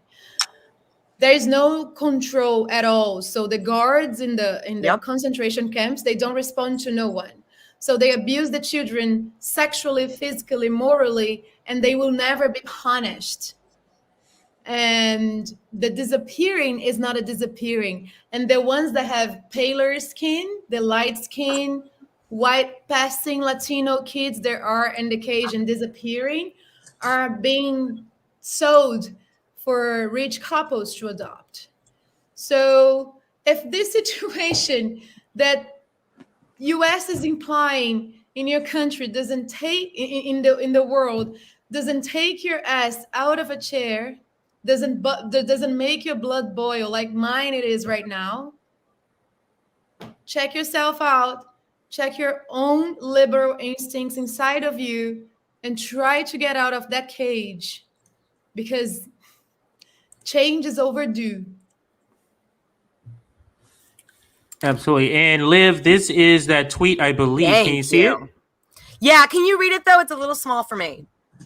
Bronfman, I think that's how you say his name, aren't only known for financially supporting something sex cult, The Nixon cult. Yep, sex cult.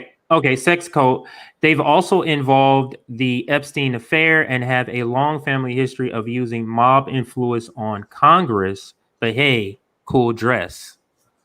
So this is the designer of her dress. Is that what this is speaking about? Her boyfriend, I think if you click one of those pictures, this is talking about her boyfriend is the son of the Bronfman's brothers. And so that's the designer, that's her boyfriend. And I don't know if we didn't need more reason to like overthrow this empire. Like they're flaunting it in our face. I think what we can learn from what happened at the Met Gala was, well, what AOC did was participate in what, you know, some people would call capitalist realism, where a lot of people are so miserable at this point in time with the economy the way it is and just everyone being treated like shit that we can't imagine a future for ourselves anymore beyond capitalism, because it's become so, everything has just become so ingrained in our daily lives. Like, you can't even watch a YouTube video on anti-capitalism without seeing a fucking ad pop up for Adidas or something like that, right? That's how bad it is. So what the establishment does with capitalist realism is it does an upgraded version of what it did to previous social movements, the civil rights movement, the women's movement, and all these previous movements that happened in U.S. history. What, you know how your history teachers will often like whitewash them and leave out the fact that they were led by socialists and, you know, revolutionaries and whatnot. I amp that up to 11. It's when the establishment defangs activist movements by incorporating them into mainstream media and basically selling you the idea of anti-capitalism to make money. They incorporate anti-capitalist aesthetic into, you know, mainstream media and whatnot to sell you the idea of anti-capitalism and basically pacifying people who have disdain for the system, but also just, it's very, very, very disgusting, because what AOC did, people were defending her by saying like, oh, you know, by doing what she did, people looked up tax the rich way more, you know, see the Google search trends, as if people weren't talking about taxing the rich. As if exactly one is going to start public conversation. This conversation's been going on forever. She's not the queen of tax the rich. Also, taxing the rich is not a long-term solution. You need to seize their fucking wealth and seize the means of production, because otherwise they'll just leave or lobby the politicians to undo those tax laws in the first place. So this whole thing was stupid, and it pisses me off too, because AOC, if she just went to the Met Gallery, just went without the dress, it would have been bad enough. But she had to make it worse by showing up in that dress and taking attention away from the protesters outside. And, you know, it's gross and fucking disgusting. And there were some people who were defending her by saying, because she's a person of color, that her doing this is somehow more impactful than it would be if it was a white woman. But at the end of the day, participating in capitalist realism is the same for everybody. Everyone can be a piece of shit and promote the establishment. So here. To add what you said, like, I'm hearing that AOC was not really invited. She paid for her ticket. So either way, it's going to be lose-lose for her. Like, the tickets cost $30,000 a person, and like, either she spent it on her with her congressional salary, which is going to piss off taxpayers, or she used her campaign money, which is going to piss off the people that donated to her. Terrible. Just not gone. And like with tax rich, like you said, they're gonna find ways to dodge their taxes. Like, you could write off taxes on almost anything. Like, say if you bought some new clothes, you could write that off. They make up stuff all the time that they're right. They make up stuff all the time to avoid taxes. But what do we have, Liv? What do you have next, Liv? Josanna, do you want to say something? Yeah, I just said the level of disrespect with this act is what's been making me cry since yesterday, because it's too close to home. It hits too close to home to have concentration camps for my own people in here. So just wanted to make a point about that. I call this the George Clooney left, right? The one that shows up and they realize all of a sudden that they're attending a $300,000 fundraiser for the less progressive candidate, and they say, "Gee, you're right. That is really a lot." And then they go and do it anyway. Fuck them. If AOC's always dreamed of going to this thing, she got elected to Congress, she makes $174,000 a year. I don't care if she goes to the Met thing. I don't care if she wears the dress saying tax the rich. My real criticism of her is the actual votes that she made that I can't understand, like the present on the policing bill and the PAC money that promised the donors that none of this money was going to go to support corporate candidates, and then she turned around and gave it all to corporate Democrats. Those are the real criticisms. I don't give a damn about what did she believe? Let me ask you this, Jason. What did she believe her present vote did? Because a no vote stops. A present vote is the same thing as a yes vote because it makes the bill pass. Exactly. So what did she believe she accomplished by a present vote? Like, it doesn't accomplish anything, because I would run it at is, yeah, you didn't vote yes, but you didn't vote no to stop it, because your no vote could have stopped it. I think she told herself that she didn't support the establishment, and yet didn't get in the way, didn't cause a drama with Pelosi. We both know what it did. She voted for the policing bill. Right, exactly. Right? But I voted for the police bill. I think that she lied to herself about it, and whatever. I don't care. But that's the real criticism, is what the fuck were you doing? Why would you vote for this? Why are you voting to give Israel $3.3 billion? Right. Like, you're just... Right? I don't care about her dress. If she meant it, I don't care about her dress. Right. And that's just a huge slap in the face to Rashida Tlaib, the Israel vote. Right. Yes. It's the strategy of kind of hoping that certain legislative moves will present this symbolism that acts as a shield. So, like, to give you an example, wait, can you say that phrase again? Because that's very important. Say that all over before you go into that explanation, please.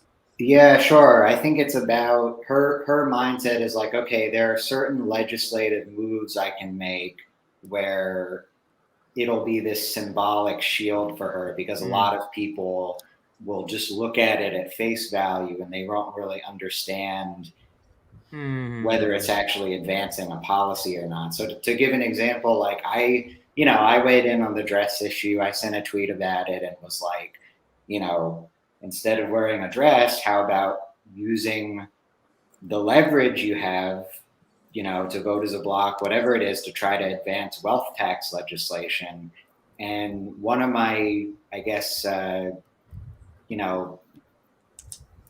progressive or whatever followers, like, she responded and said, "Oh, I think AOC follows through on what she said. She co-sponsored this wealth tax bill." Oh.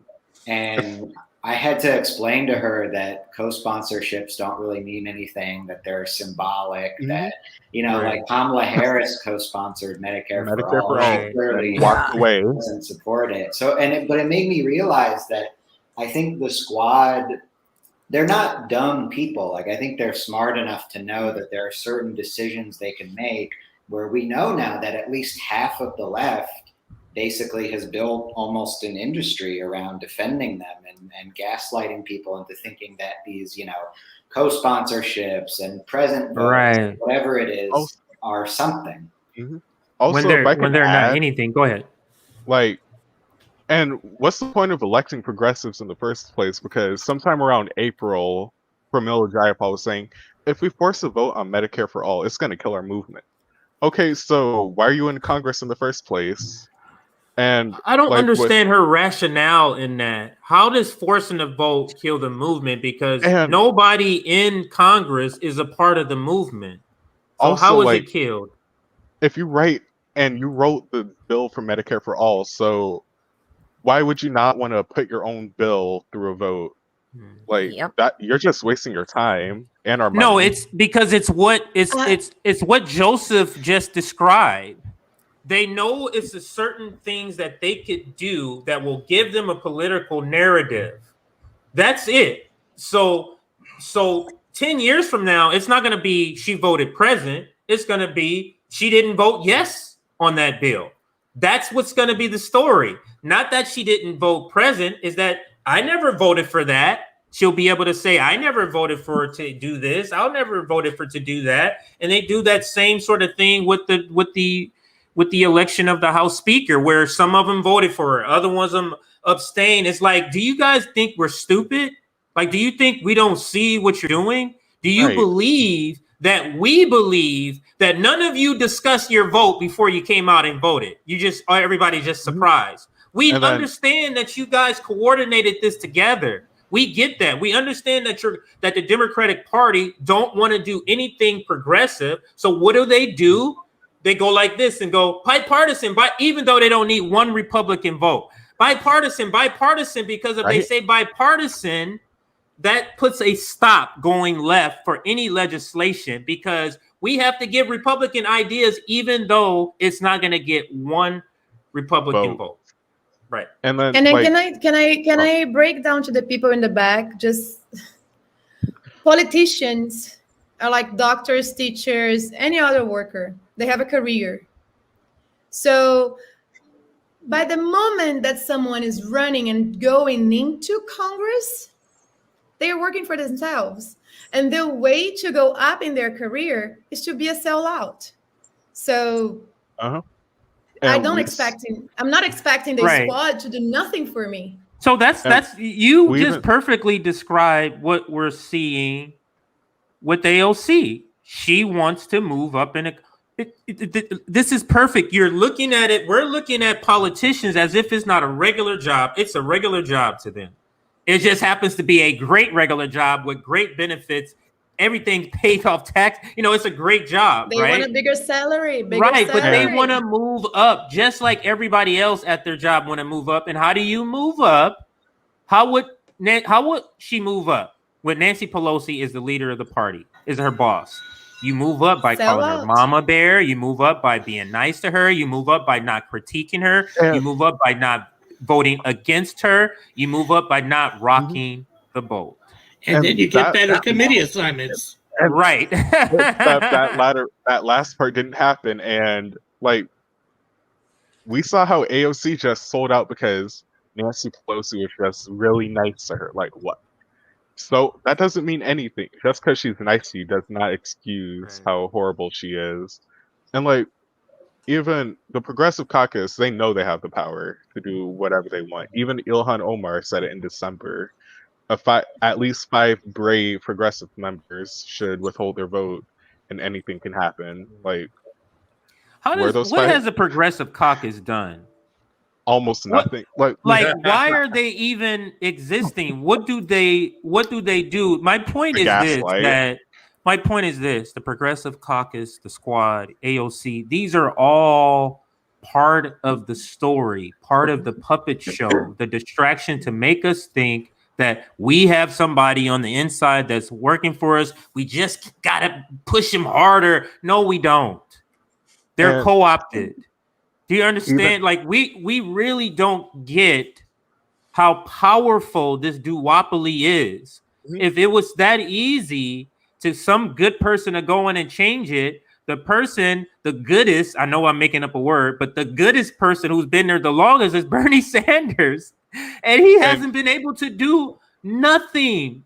He's gotten things done, but he hasn't been able to do any of the things that we're talking about now. It's because these people are very powerful. We are not just going to go, they're not just going to lay down. They're making millions upon billions upon dollars. Right? And they think that they're just going to give away healthcare to people? They're not. And even Pramila Jayapal told on herself. There was one interview she had with Ryan Grimm with the American Rescue Plan with the stimulus money and unemployment. She was like, yeah, well, the reason why Joe Manchin backed off the unemployment money like why he didn't try to mean Seth, it was because they drew a line, and with the parliamentarian, she was like, "Well, we could have done $15 minimum wage, but the parliamentarian, like, no one heard of her. Who's that?" Like, Kamala Harris could simply just Right. ignore her, like, Right. "Okay, thanks for your advice. We're still doing Right. this." Or replace her because she's the one who Mm-hmm. appoints. Like it's so absurd. But the people who follow the Democratic Party, how are they believing this stuff? Like how are you believing that the parliamentarian is stopping the president from putting this in the records? Like the president, the person who can can blow up people with bombs, that guy is being stopped by the parliamentarian. And then like come on, man, it's so unbelievable. But the people like what Josanna was kind of describing, like these people is like I don't understand how to reach them. I don't understand how to reach those people who, to me, that like this stuff, like what we are all describing, it seems obvious to us, but it's not obvious to everybody. And like, go ahead. Somebody was going to say something. Some people are still, I guess, in denial that they sold out and they're not working for us. Like, I had to show one of my friends how Biden was like, he's not for a $15 minimum wage. I sent him like articles saying he's contacting these state legislators, like, you're on your own with this. You need to do it yourselves. And then the parliamentarian thing. I think Josanna wants to say bye, guys. Because Joanna's had to take off. Oh, sorry. And we're gonna have to leave in a few minutes. But Josanna, go ahead. You got to take off. You want to have any last words? I just want to say thank you, Liv. Thank you, CJ. Thank you, all the panelists, and especially to Fred Hampton's Leftists for giving me the platform. Shout out to Nick, my brother, my comrade. That's always giving me space. And to everybody in the comments, let's do this. Let's do this revolution. Let's do this. Be courageous, okay? All right. Let's go. All right, comrade. Let's go, US. Have a good one. Have a good one, and we'll see you next week. Yeah. Yeah, I'll pass it back to you, Liv. Yeah, we do got to kind of wrap up. We got 5 minutes left, but I'll let I'll give it back to you, Liv. I got to do some back office stuff. Go ahead. All right. Anyone want to pick up where we left off? We got like 5 quick minutes left. Yeah, Jason? Right. Okay. So, yes, I know a lot of these people are in denial and, they don't want to believe that all hope is lost because AOC sold out and whatnot. Here's the thing. If I know one thing about these people, their willpower is very weak, especially as material conditions worsen. Now, here's the thing. When I look at these reforms like Medicare for all and free education and rent cap and all that kind of stuff, I say to myself, well, if these progressives actually get that done, then capitalism has regressed so much and materialism in the United States has gotten so bad that if these reforms... Uh-oh. Oh, I thought that was just me for a second. Shit. It's okay. You're back, Jason. Sorry. Thanks. I was going to say, if these reforms go through, they would do as much to satisfy the American people in the long term as the Duma did for the Russian people. But as it turns out, that's a big if, because these reforms are not even going to get passed in the first place. The establishment will always do that. At the very, very, very, very, very end, they will try to make concessions to appease the working class. But these people aren't even trying to make concessions. They're just taking a big, giant shit on us and then dangling reform and shit in front of our face like a carrot, like AOC is. And she's like, you want that free you want that Medicare for all, huh? Vote for me. No, not yet. Not yet. Not yet. Like it's absolutely stupid. And you know what? One more thing. I wanted to say this when I got on the podcast, but I'll just make it very, very quick. Japan, right? One of the hardest countries to crack in terms of, getting people to take to the streets. They almost had a communist revolution at some point in, I think it was the 40s or 50s. The party actually managed to rally most of the workers' population after 186,000 people were due to be laid off because of a railway track that wasn't going to be completed in the first place, right? And they had so many people ready to participate in a general strike to force the government out. It was going to work. The government decided, okay, fine, we'll give you guys some concessions. Here's a rent cap and here's some free healthcare, free education. Just don't kill us. And the people said no. And then what happened was the U.S. Army got involved and stormed the fucking beach and threatened the strike leaders and said, you go through with this, we're going to kill all of you. That was the only way they were able to stop the revolution, and they unfortunately did. But if the people of Japan, who have been conditioned over the centuries to be unbelievably passive and accepting of their government, if they can get to that fucking point where they're ready to fucking throw hands and shit and take over an entire country, because shit went from 0 to 100 really fucking quick when you look at the timeline of those events. If that can happen, it can happen in America, and it probably will happen in America. So all these people who haven't woken up yet, don't worry. Don't worry. They're on the brink of just, trust me. Yeah, I'm half Japanese. I just want to say there's a lot of leftist history in Japan. I would suggest people look into it. You know, there's a lot of people that go against that kind of cultural and racial notion. But since we're wrapping up, I just wanted to make a little call to action, and tying in what I think the difference between a liberal and a leftist is that a liberal believes in the system and doesn't feel that they personally have to take action. And I think to combat that, you have to make them reach that point where they think, I have to do something. I think we as activists have all had that point, and maybe can even remember what it was. To that end, I think with all these evictions going on, we need more videos. We need more people to take videos of them. I just sent out, if there's anyone who's going to be evicted, let me know so I can be there. I will videotape it, because we have to show the violence in the system, and that will activate the liberals. So that's just my idea call to action here. Thanks, Ben. That's a great call to action, and I'm gonna follow up on that as soon as I get off here, Ben. Thank you. Thank you, Ben. Y'all. And it is 7:30 here Eastern Standard Time. Thank y'all for being here. It's been a great night. CJ, would you like me to end the broadcast? Yeah. Whenever? Yeah. I'll click the button whenever you're ready. But if you're Okay. ending it, I'm ready when you're ready. All right. Well, it's been great having y'all. Thank you to all our guests for being here tonight. Thank y'all for listening and supporting us here at Friend Hamilton Leftist. We love and support y'all too. And please follow us again next week. Be here again, same time next week. Thanks, y'all.